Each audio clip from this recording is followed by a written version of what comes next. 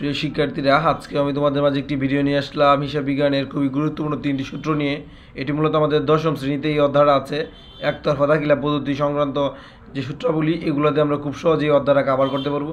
শুধু 3টি সূত্র আমরা রপ্ত করতে পারলে অনায়াসে আমরা এই অধ্যায়টাকে কাভার করে ফেলতে পারবো।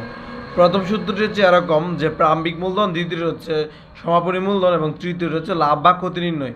এই 3টা টপিক যদি আমরা খুব ভালোভাবে রপ্ত করতে পারি, মানে 3টা সূত্র যদি আমরা আমাদের আয়ত্ত আনতে পারি, আমরা খুব সহজেই 10 কেজি করতে পারবো এই অধ্যায় থেকে। তাহলে প্রথমে চলো আমরা শিখে নিই প্রারম্ভিক মূল্য নির্ণয় করা। প্রারম্ভিক কথার মানে হচ্ছে মূলত 1 তারিখ, আর প্রারম্ভিক মূল্য নির্ণয় করতে হলে আমাদের 1 তারিখের মানে প্রারম্ভিক সম্পদ থেকে প্রারম্ভিক মোট দায়কে বাদ দিতে হবে, তাহলে আমরা প্রারম্ভিক মূল্য নির্ণয় করতে পেরে ফেলতে সমাধান করতে পারবো। দ্বিতীয়টি হচ্ছে মূলত সমাপনী মূল্য নির্ণয় করা। সমাপনী বলতে বুঝেছে মূলত 31 তারিখ। তাহলে সমাপনী মূল্য নির্ণয় করতে গেলে আমার সমাপনী মোট সম্পদ থেকে সমাপনী মোট দায় বাদ দিতে হবে, তাহলে আমি খুব সহজেই সমাপনী মূল্য নিরূপণ করতে পারবো।